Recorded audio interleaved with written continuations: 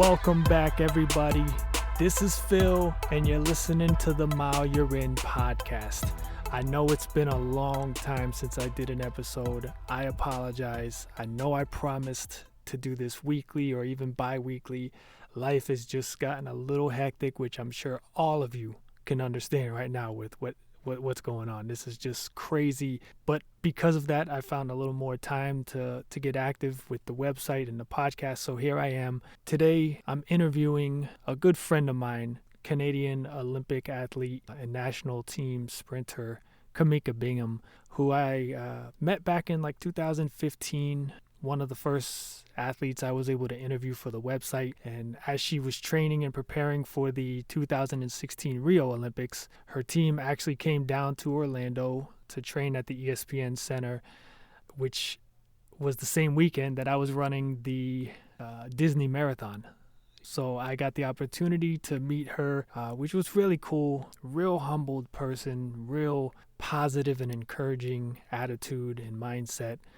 So over the years that I've gotten to know her, we've become pretty good friends. We encourage each other in our running. And what was really cool was that after she got back from the Olympics, she signed one of her bibs from Rio and actually sent it to me. So it's pretty cool, something I have hanging up on my wall as motivation on times I'm feeling down with running, especially right now with, races getting canceled and other races up in the air. It's just...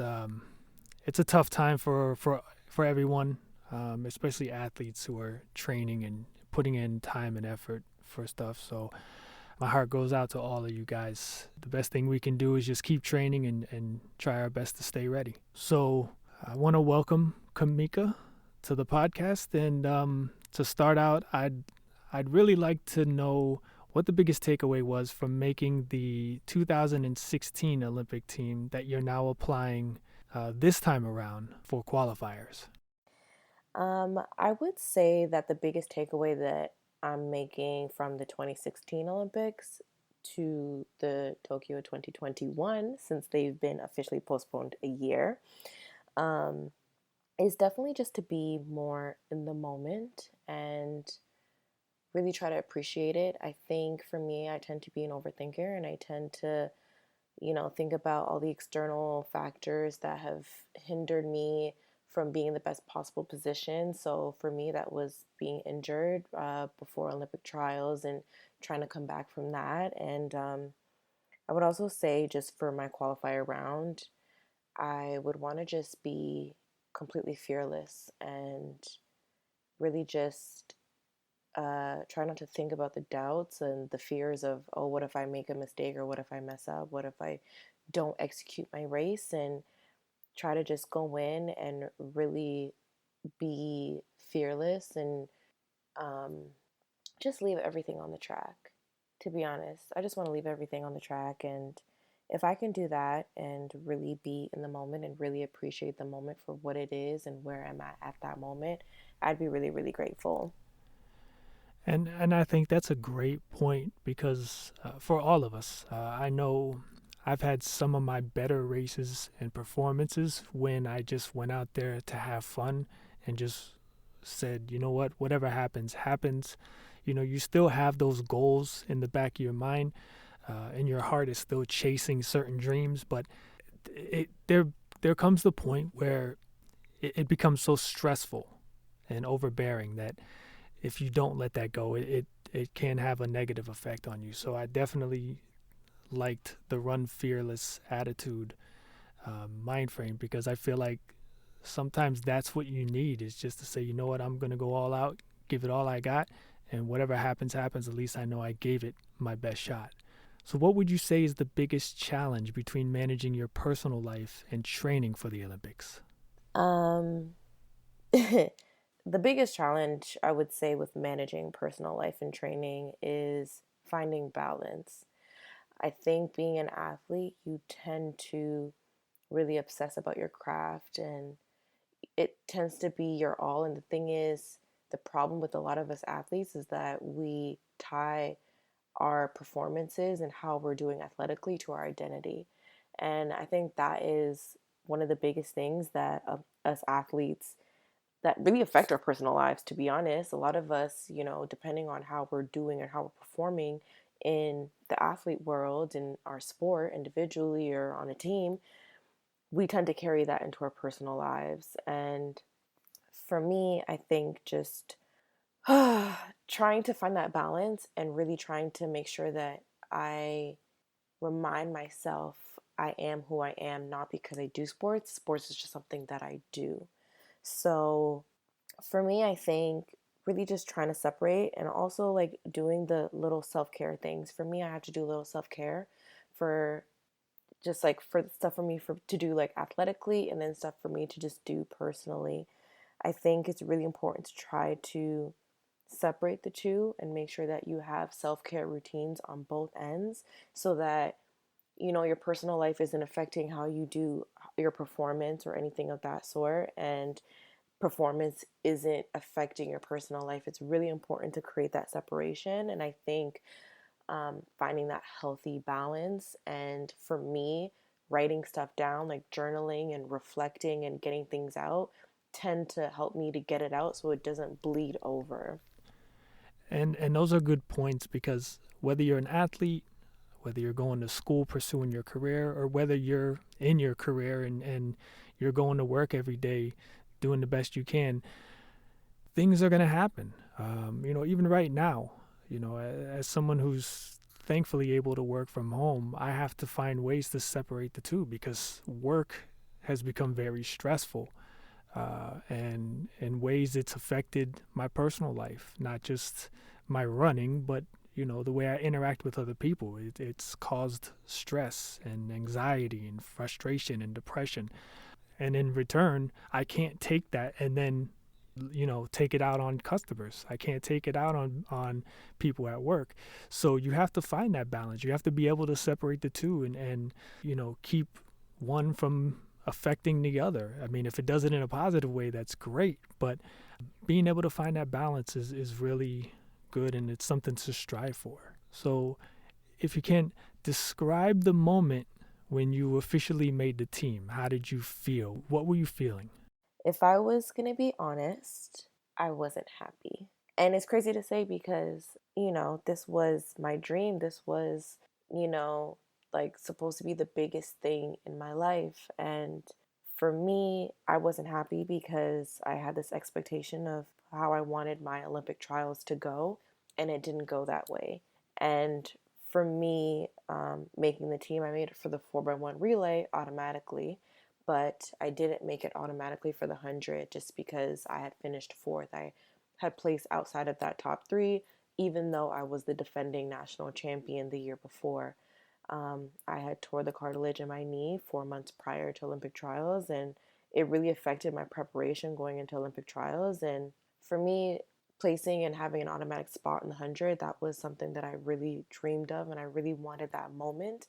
And I didn't get that moment until, I had my time trial 1 week before the actual Olympic game event for the 100 meters. So yeah, it was one of those things where I tried to really be appreciative, because I knew that there were people that, were devastated, that had their dreams crushed, that would have loved to have made the team. And so I really tried to be appreciative, but deep down, it was a really tough time for me. And yeah, it just wasn't one of those things where I was crying over the moon in ecstatic and joy. It was one of those things where it was, I'm trying to be very internally grateful, but it was just one of those things. And that's something that I really love about you and other athletes that are real humble, and understanding of the situations and things that are out of your control. Sometimes it's an injury, or it's just a bad day, it's an off day.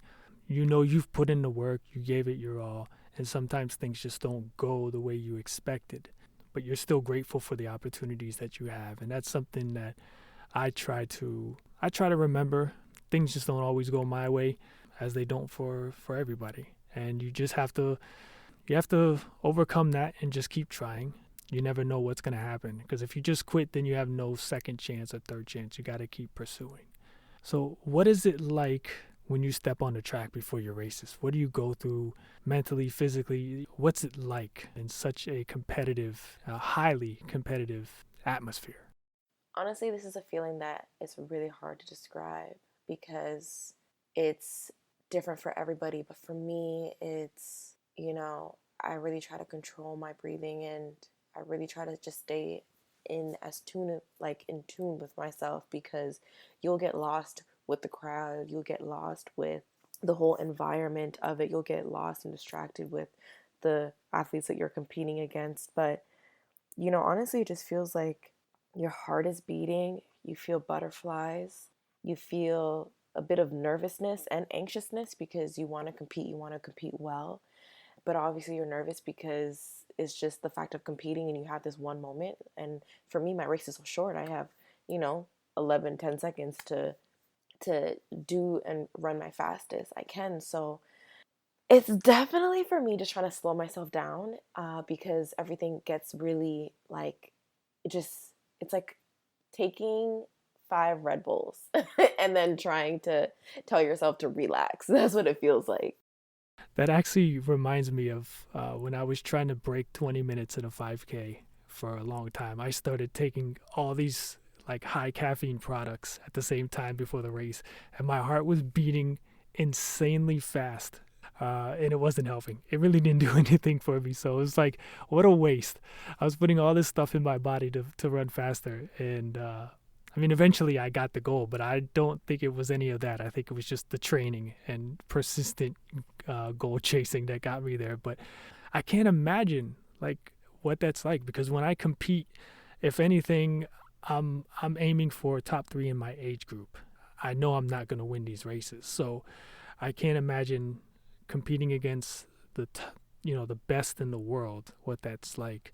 Going back to the 2016 Olympics, what lesson or lessons did you take from the first race into your second race? What really helped me was having a 24-hour rule. So when I did the qualifiers, for me, it was just a miracle that I was able to step to the line. Just getting to the line was a miracle in itself, because originally I wasn't supposed to be able to do that. And by the grace of God, I was able to end up actually being at the 100-meter line. And I didn't perform as well as I would like to have. And I was disappointed, of course. And I gave myself 24 hours. And I said, you can be upset, you can talk to whoever, you can cry, you can be angry, you can, blame whoever you feel the need to blame, just get it out your system. And then after 24 hours, you have to be over it and you have to just move on. And for me, moving on became the relay. And at that point, you have to remember, okay, that race is done. There's nothing that I can do about it. I can only control what I can control. And what I wanted to do was just leave it all on the track. And I was able to anchor the women's relay, the Canadian team, to the finals. And the time that I ran was a time that no Canadian in history has ever ran. And for us to get in the finals by thousandths of a second was like a miraculous thing for me to just celebrate that with my teammates, because it has been a long time before Canada has been in the Olympic finals, since like the 1980s. And I think for me, really separating and letting go those emotions of what didn't happen in the first race, and just giving myself those 24 hours to actually soak in it and then be able to move on healthily, for me, really helped me in my second race. Yeah, and I remember following along as much as I could with the limited broadcasting that they do for a lot of events. But I remember watching that final, and my wife was with me, and she was focusing on the U.S. and Jamaican teams battling it out, and I was watching in the mid to backpack. Like, I was watching your race. I was watching you guys, and I was like, man, at this point they're not going to get first or second, but man, it would be so cool if they could get third. But it was still inspiring to watch the 4 of you push and compete against the best in the world and still have that just great attitude at the end of the race. Because I know you were disappointed in the outcome, but you still represented your country and your fans and your followers and just people that look up to you, including myself. So I know it's been delayed, but what would it mean to qualify again, this time for Tokyo? Oh man, it would mean the world, uh, to qualify again for Tokyo. I think Olympics, like the Rio Olympics for me was an experience games. Um, this time for Tokyo 2020, which was supposed to be this year, I would be turning 26, but now that it's postponed to 2021, I would be turning 27. So I am like in the peak of um I'm in my peak for sprinters. So for female sprinters, our peak tends to be in our mid to late 20s, and I'd be just starting to get into my peak pretty much. So it would mean the world to me because this game is an all business game. This game is okay. The first one was experience, overcoming an injury, just kind of understanding of what it is like, and just getting that under your belt. And Tokyo for me is all business. This is about really being able to make a name for myself in the sport, and making it through the rounds and getting to the finals, and getting a medal for Team Canada. Definitely. And since I've gotten to know you over the years, I know how much that would mean uh, to you, your family, your teammates, your country. Um, that it's I can't even imagine what that would be like. Nothing I've done, the best of my accomplishments, could never touch something like that. So I can only imagine what it would feel like to accomplish that goal.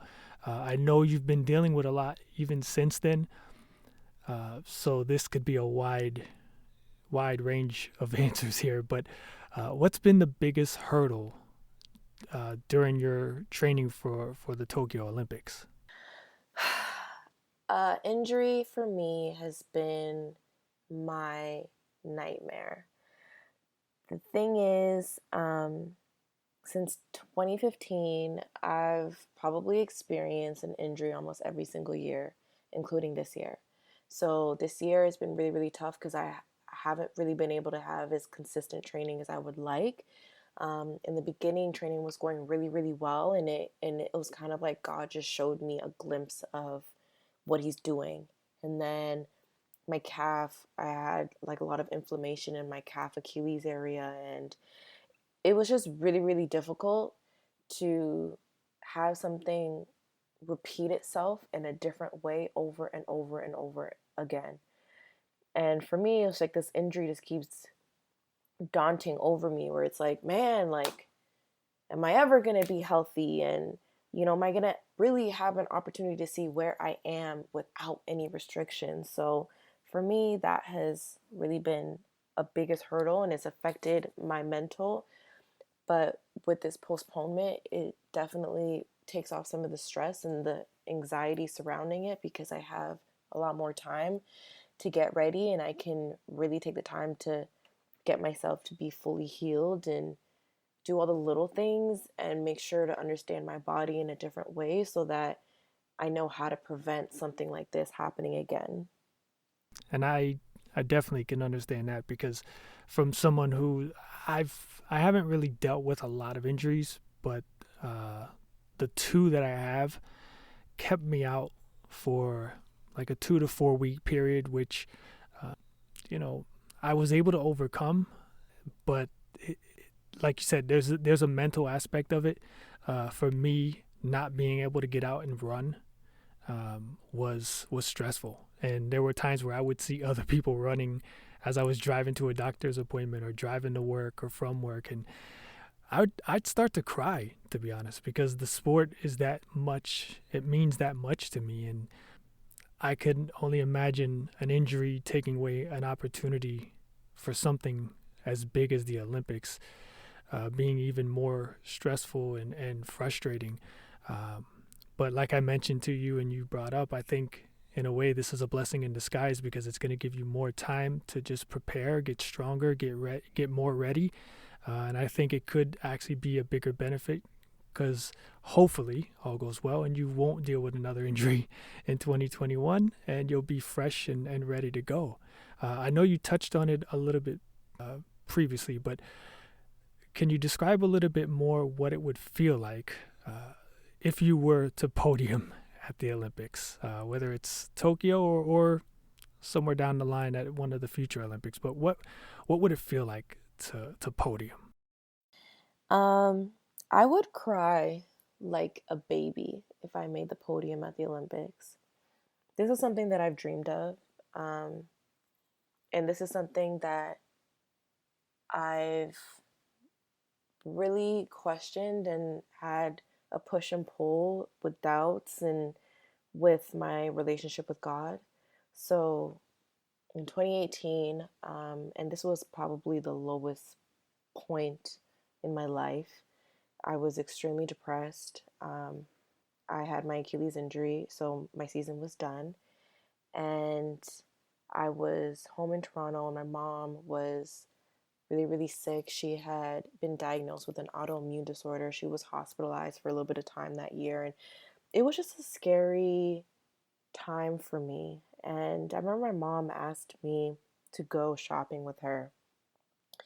She just wanted to go to the store and pick up some food, and she had just asked me to go with her. So I said, okay, I want to spend as much time with my mom because every day I really feared for her life. And we were just talking about God, and she had told me, she said, Khamica, when you were a baby, God told me that one of my kids would be really good at sports. And she thought it was my brother because my brother was 5 years older than me, and he was like in baseball and soccer and all these different sports. And him and my sister, they by the time they reached high school, they both were completely done with sports, and I was the only one. I was in gymnastics at the time, and they had thought that I would, continue on from being a national gymnast to going on to being an Olympian gymnast. Um, but I actually felt compelled to switch to track. And, so when I did do that, she's like, I realized that that was you. And when she prayed for me and the Canadian team at for 2016, God told her that it wasn't her, like it wasn't my time. So for a long time, I've really like asked God and really tried to figure out like what does that mean? Like what does really good at sports mean? And I don't like to put God in a box and tell him what to do because, that's not how God operates. But I think for me to make it to the podium at the Olympics would just make the whole journey worth it. Everything, the heartache, the pain, the losses, the injuries, the crying myself to sleep, the doubt, the sacrifices, the times when you put so much hard work and you never saw anything come out from it, the times where you kept pushing and there really was no bloom. It would just make everything worth it. And for me, just to have that moment with God, just being like, wow, God, you did this for me. You had this in your plan for me, would mean so much to me. And I would want to be able to help and share my story and inspire that. For me, it wasn't necessarily a physical battle, it was more of a spiritual battle.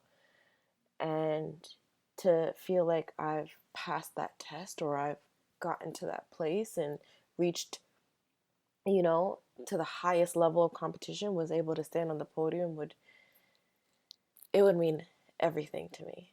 Everything. Wow. I don't know about anybody else who's listening to this or will listen to this, but I felt emotion in that and started to get emotional just listening to that and kind of envisioning all of that.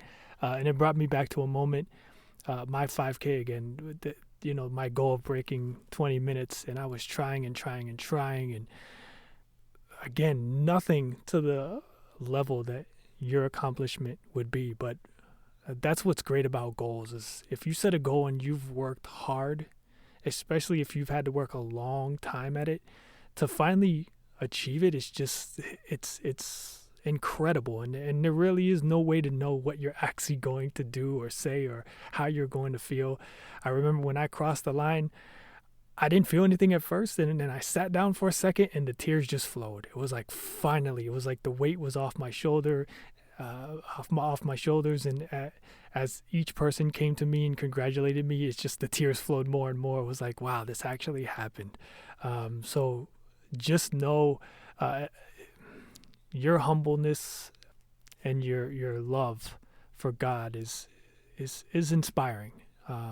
Your faith, and I just pray that you'd continue to be a light for others in that aspect of your life, as a person and as an athlete. Um, and I know he plays a role in this next question, but how do you stay humble after competing at the highest level of track and still being fairly successful to this point? Um, I stay humble even after being an Olympian, just because I still have this burning fire. I still have this burning desire that I haven't completed what I've all wanted to set out to do. And there's always room for improvement. There's always room for improvement. That's like, that's why Olympic medalists and world record holders keep going, because you're always searching and there's always more that you can get. And um, I really don't feel like I've accomplished all that I would like to, or and I don't feel like I've reached my max potential. So for me, you're gonna have humbling experiences, yes. Um, and I think it's really important to stay humble, just because, at some point God is gonna humble you. And I've definitely been humbled in this journey pursuing this crazy dream. Um, and there's still athletes that I look up to that have done miraculous things that I want to be able to get to that point too. So for me, I understand that this is a gift. This is not like this is a gift for me to be able to do. This is not a right. And I just want to be able to maximize the amount of time and um, resources that I get while doing this sport and pursuing this dream. So understanding that and always looking at others who didn't have the opportunity, or you know don't have the opportunity, or were forced to leave the sport, or were forced in different like avenues of their journey, I think of them, and it keeps me humbled. It keeps me humbled. And again, that's something that I really love to see, in all people, not just athletes, but especially athletes, and professional athletes, because you guys, whether you want to or not, are put on a different pedestal than the rest of us, and your your expectations are a lot different and a lot higher. Um, and to see the athletes that are successful be able to handle that and stay humble, is incredible. First one that pops off at the top of my head is always Tim Tebow. Um, it's athletes like you and like him are inspiring and encouraging to everyone at every level, and also in just school and in your career, to stay humble and know that we can always improve and always get better, and just to find ways to do so. My last question would be, what advice would you give anyone with goals to make an Olympic team of any sport, not just track or field, to chase that Olympic dream? What advice would you give them as someone who's been there, um, and is still chasing it? um I would say that you have to understand that the journey is not always easy. And for me, I've always tried to live by these 3 P's, which is purpose, progression, and perseverance. And I think it's really important to understand your why, and that's your purpose. Why do you want this? And, what can you gain? Like, what do you desire from this? Where is the passion gonna come from? And I think when you discover your purpose and you figure out your why, and your why outdoes the times when you don't see progression and you really need perseverance and you're struggling to persevere, you always want to be able to come back to your why, because your why is going to be the the key component to keeping you going. And is and with progression, everybody wants to see progression, and you have to understand that progression is very inconsistent. There's going to be times where you're not going to see progression at all. You're going to feel like you're moving backwards. And when that time happens, you have to persevere. And I feel like if you don't have those 3 qualities, it's going to be a very difficult journey. You're just going to pretty much it's going to hinder your plan. And I think it's very important to make a plan and set goals for yourself and make little goals, not just one big goal. Set little goals. And as you reach those little goals, make sure you celebrate. Make sure you celebrate it and really enjoy the process, because this is all about being in the process. Um, and I think if you try to adapt those three P's and you make a plan, I think it will definitely give you the direction into trying to follow and stay on the goals that you've set for yourself. And the sky is limit. Like, the sky is literally the limit. Like, there's no limit. So I think you just need to keep the faith when times get tough, and no matter what, no matter who's not looking, and who's not giving the attention, and who doesn't believe in you, you have to do it. You have to believe in you, and you have to trust God's timing. And I really like that because, again, relating to it and chasing the sub 25K goal where there were little PRs along the way, I didn't let the failure of still being in the 20s discourage me, because I was making progress towards hitting 20 and then getting under it. And even right now, as I hope to one day run 100 miles in under 24 hours. I've made little bits of progress each race and gotten a little bit faster and a little bit closer. And I was disappointed when my race in May got canceled, because I felt like that was going to be a good chance to get really close to it. But I'm just taking it one day at a time and just going to keep training and keep focusing on the progress I've made, and just keep trying to get better, so that when the next opportunity comes, I'm ready to go. I mean, again, I really appreciate you taking the time out to do this interview, and I want to leave the mic to you. If there's anything else you'd like to add or say, the mic is all yours. Um, I'm really appreciative to do this. I really love when athletes can come back and be able to share their stories. I really feel like podcasts and things like this that Phil is doing is really good to actually give a different perspective than what people really think athletics is. And they think it's just like, oh, you just put hard work and then like that's it. And there's like so much more to it. For me, like, there's the faith component, there's the perseverance component, there's the I need to survive on this. This is my livelihood component. Like, there's so much components. And I think when people really just kind of understand our stories, they realize that I'm just like you. I may be an Olympic sprinter, but I fall down just like you. I have to try to get back up just like you. I have to ask help just like you. You know, I have moments where I don't believe in myself just like you, and I think having moments like that is okay, and understanding that we all in a sense relate to each other, especially with our failures and our doubts and our fears. Like, we're all human. And I think whatever you are chasing, whatever that dream is, whatever that goal is, just know that there are so many of us that are feeling the same way that you are feeling. And I love having these opportunities to share these. And I'm hoping that if I can just touch one person, if I can just connect with one person or reach one person, and, for them to just be able to relate to me in any way, that just, to be honest, that means the world to me. I feel like then my purpose here, I have done my job with this podcast. So I'm extremely thankful.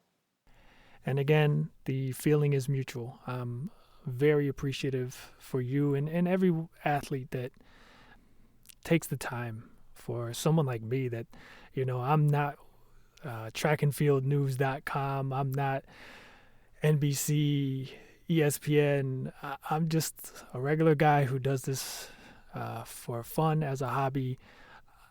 I pay for the website, the podcast, all of that comes out of pocket. I don't get anything in return. So this is just my love for the sport. And I enjoy getting to showcase athletes like yourself that are humble and are encouraging and uplifting to everybody in all aspects of life. So again, I thank you for this opportunity, and I'll leave your social media links in the notes for the podcast so people can follow you, because I'm sure after listening to you, you're going to gain some fans from this. For everybody who's been with me, whether it's, again, from the website days or the beginning of the podcast journey, I appreciate you all. And I really hope this coronavirus thing is over pretty soon, because I know it's getting pretty stressful for all of us, mentally, financially, physically. It's unusual times for us right now. All I can say is just, find the faith, stay encouraged, whatever it takes, man. We gotta, as I say, this is a low and we gotta grind the low. Because the days are going to come where we'll be able to ride those highs. So I appreciate the support from the bottom of my heart. Shout out to all of you who continue to show the love. I can't say enough. Until next time, stay in the mile you're in, because right now this one sucks. I love you guys, and I'll see you next time.